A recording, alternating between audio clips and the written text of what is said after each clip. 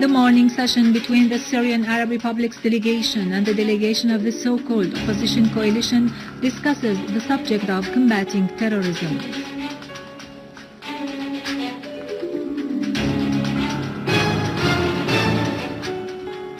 Dozens of terrorists are killed and their hideouts and weapons destroyed in Aleppo, Idlib, Dar'a and Deir Zor.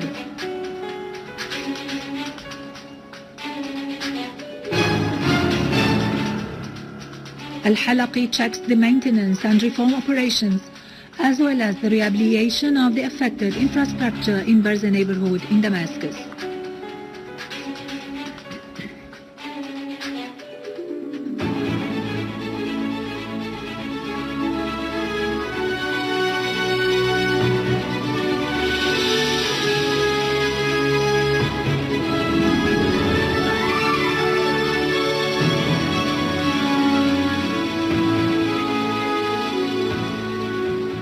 Good afternoon, ladies and gentlemen. I am Yarmouk Camp from the News Center in Damascus. Syria's official delegation to Geneva to conference has submitted a draft statement during Thursday's morning session condemning terrorism in accordance with Geneva 2-1 communiqué, but the coalition delegation's so-called opposition rejected it.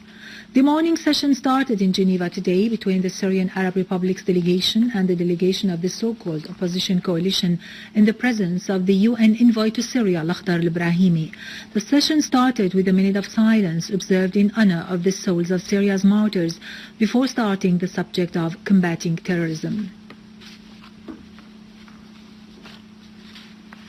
The coalition delegation's so-called opposition quickly rejected the paper of principles submitted by the delegation of the Syrian Arab Republic in Geneva after the expelled ambassador, Robert Ford, gave them his instructions regarding the total respect of independence and sovereignty.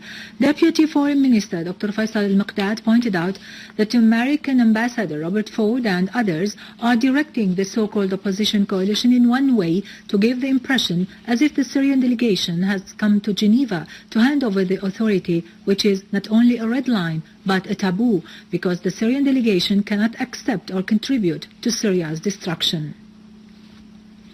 Iranian Assistant Foreign Minister for Arab and African Affairs Hussein Amir Abdullahian denied in a statement to the Iranian news agency news circulated by some media outlets on secret talks held between representatives of Iran, the Syrian government and the so-called opposition. The statement came following some media outlets which have recently claimed that secret talks are being held between representatives of the Iranian government, the Syrian government and the so-called opposition in Switzerland. During a meeting with Syria's ambassador in Moscow, Riyad Haddad, along with diplomats and figures, Patriarch John X Yazigi, Patriarch of Antioch and the whole East, said, "We shouldered the burdens of the homeland and the pain of our people and conveyed them to the representatives of the friendly Russian people." He pointed out that the Russians on all official, parliamentary and religious levels highly appreciate the role of Syria in preserving stability in the region, hailing the deep-rooted relations between the two countries and peoples. For his part, Ambassador Haddad stressed that Syria has always been the homeland of coexistence and tolerance among all religions without discrimination among the components of the Syrian society. Syria today addressed an official memorandum to a number of international organizations and specialized agencies in Geneva, particularly the World Health Organization, the Red Cross International Committee, the International Federation of the Red Crescent and the Red Cross organizations, the UNICEF, the Special Health Rapporteur, and the UN Human Rights Supreme Commission. The memo includes a detailed review of the Syrian government's efforts to render successful the vaccination campaigns against polio in reply to the wave of skepticism upheld by certain sides and news media. The memo addressed by Syria's permanent representative to the UN in Geneva, Mr. Faisal Hamwi, to the aforementioned organizations stressed that the ongoing vaccination campaigns carried out in close cooperation between the Syrian government and the Syrian Arab Red Crescent, as well as concerned international organizations, offices and civil societies in Syria, have succeeded in delivering vaccinations to 2,492,821 children under 5 years old until January the 9th, 2014.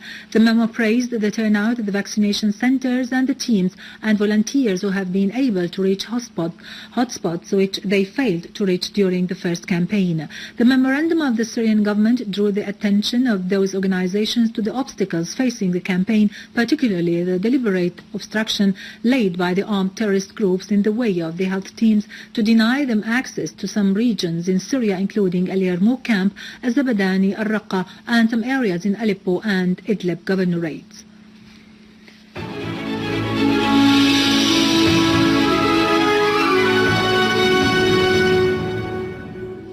Welcome back. Al-Yarmouk Camp in Damascus today witnessed a new batch of food assistance in implementation of the popular peaceful initiative supported by the Syrian government aimed at alleviating the suffering of the inhabitants who are besieged in the camp that has been under the control of the armed terrorist groups. In Idlib suburbs, the Syrian Arab Army has eliminated terrorists in the villages of Tel Salmo and Majarin in Abu Dhuhur and in Kafarlata and the youth's camp. In Aleppo, the Syrian Arab Army troops have eliminated a number of terrorists in Al-Jazmati, Karm Yassar, Al-Sha'ar, Al-Halaq and Bani Zayd neighborhood. They killed all the members of a terrorist group near the water station in Sulayman al-Halabi neighborhood.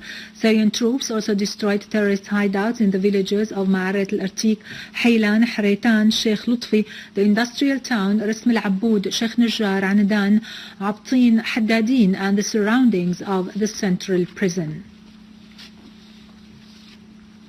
In Homs, Syrian Arab armed forces eliminated the last gatherings of terrorists in Al-Abudiyya Hills and western and eastern Birghilan in Al-Qsir. Units of the Syrian Arab Army dismantled dozens of explosive devices, killing and wounding dozens of terrorists. In Al-Abudiyya neighborhood in Al-Qsir suburbs, Syrian Arab Army units have foiled an infiltration attempt by terrorists from Arsal Mountains and Hawara district in Al-Qalamun. The Syrian Arab Army has ambushed the armed groups that had been infiltrated from the Lebanese Arsal region into Al-Abudiyya via Al-Nuaymat, Mazra'at Al-Haswani and Al-Abudiyya axis, killing several armed men and destroying their arms-loaded cars.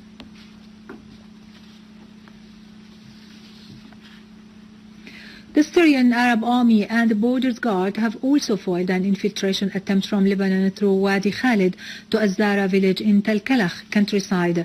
The Syrian Arab Army units clashed with the group, eliminating all its members and confiscating a missile launcher that they have been trying to take to terrorists in Azara village.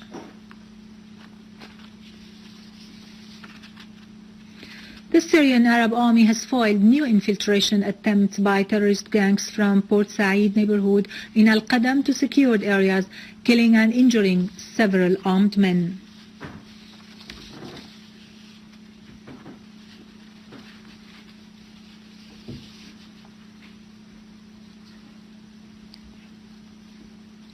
In Daraa, Syrian Arab Army troops have destroyed a 23mm anti-aircraft gun, killing and wounding several terrorists in the area surrounding Al-Yarmouk School, the ancient customs building and the shoes factory in downtown Daraa.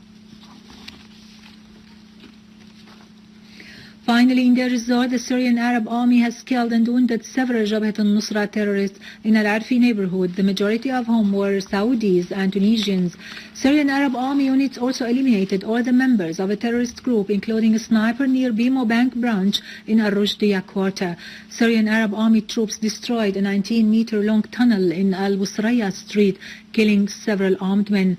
The army, moreover, destroyed a mortar gun and the terrorists' hideout in Al-Amri'iyya village, killing a number of armed men, including Abdul Karim al-Jasem al-Nahar. With this to end our news for today. Thank you for watching. For more details about Syria and the region and to view this bulletin again, you can always visit our website in English, syriaonline.sy. Now to latest business and market news with Karun Kürkcan, but after a short break.